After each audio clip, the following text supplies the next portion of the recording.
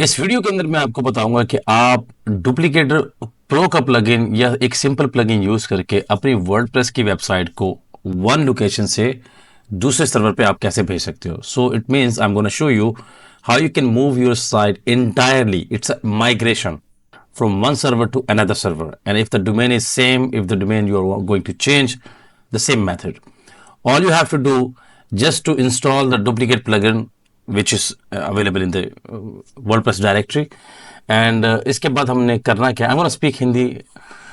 इसके बाद आपने करना ये है कि आपने उस प्लगइन्स में आकर ना आपने सबसे पहला जो बैकअप क्रिएट करना ना, उसके अंदर आपने ये चीज़ें देख लेनी है कि आप जब बैकअप क्रिएट कर रहे हैं कि उसकी जो स्टोरेज क्या है, उसकी इंस्टॉलेशन पाथ क्या होगी, PHP वर्जन क्या है और सारा कुछ क्या है. जस्ट आपने मेक श्योर करना है.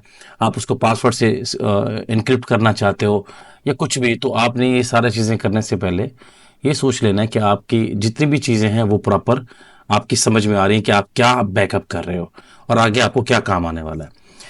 उसके बाद अगर हम बैकअप के बाद की बात करें, अब आप जब तक कि बैकअप होता है तो उसके बाद आपने क्या करना होता है कि आप अपना जो डेटाबेस है वो आप क्रिएट कर लो, क्योंकि डेटाबेस बहुत ज़रूरी होता है. अभी हमने ओपन तो कर लिया, ठीक है. जब आप इसको फाइल डायरेक्टरी के अंदर अपलोड करेंगे तो आपने installer.php को ओपन करना है, जैसे कि example.com/installer.php, and then you will see this page. Sorry.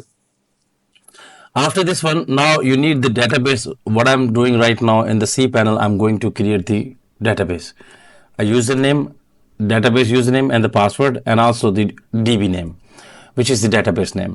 तो अब आपने ये तीन चीज़ें कलेक्ट करनी है. इनको क्रिएट करने के बाद आपने मेक श्योर करें इनकी जो ऑल प्रिविलेजेस हैं, इनकी जो परमिशंस हैं वो आपने इनको प्रॉपर दे दी हैं. और यहाँ पर आके आपने उस डेटाबेस को आपने पेस्ट करना, उसका डेटाबेस का यूज़र नेम और पासवर्ड. यहाँ पर आपने आके उसको ऐड करना है. ऐड करने के बाद आपने सिंपली आप नीचे इसको वैलिडेट करेंगे और ये डेटाबेस उसमें इंस्टॉल होना शुरू हो जाएगा. अब आप जब वैलिडेट करेंगे ना, तो इसके अंदर आपको ये शो करेगा कि आपका जो डेटाबेस है वो बेसिकली वर्क कर रहा है या नहीं कर रहा. अगर वो वर्क करेगा तो आपने ये भी याद रखना है कि इस पूरे प्रोसेस के अंदर सबसे इंपॉर्टेंट जो स्टेप है वो यही है. अगर ये पास कर जाता है then you will see all the things like that कि आपके क्या स्टेटस है क्या नहीं है. और उसके बाद आपने नीचे आकर स्क्रॉल डाउन करना है और इसको बिल्कुल सिंपली आपने क्या करना है कि इसका जो फुल प्रोसेस है वो ये है कि आपने इसको नेक्स्ट करना है और इस पर जितना भी आपका जो प्रीवियस साइट का डाटा था वो आपकी न्यू साइट के अंदर ऐड होना शुरू हो जाएगा. आप मेक श्योर करें कि साइट सेटिंग क्या है और बाकी सेटिंग्स को आप मेक श्योर करने के बाद आप ओके पे क्लिक करेंगे. ओके पे क्लिक करने के बाद आपका ये सारा डाटा एक्सट्रैक्ट हो रहा है आपके बैकअप से आपकी न्यू साइट में. Now this step is showing you that they are going to install everything from your old backup to this new domain, or you can say to the new server. But the process which I'm doing right now in this video, it's like the domain is same. I'm just changing my one VPS to another VPS. So it's a very simple process. I'm going to change it from like Nginx to Apache. So if you have any question, just make sure you are going to leave in this video so I can answer to you as well.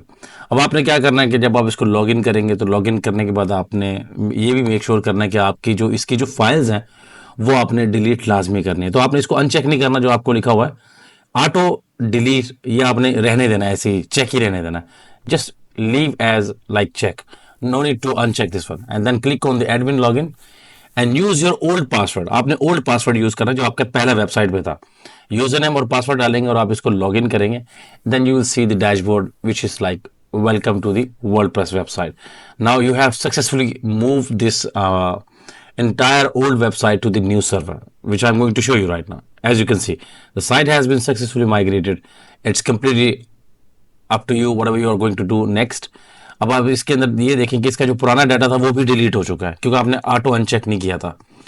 तो अब ये site बिल्कुल live है. पूरा process work कर रहा है और वेबसाइट के अंदर कोई इशू नहीं है, विच इज़ रियली गुड.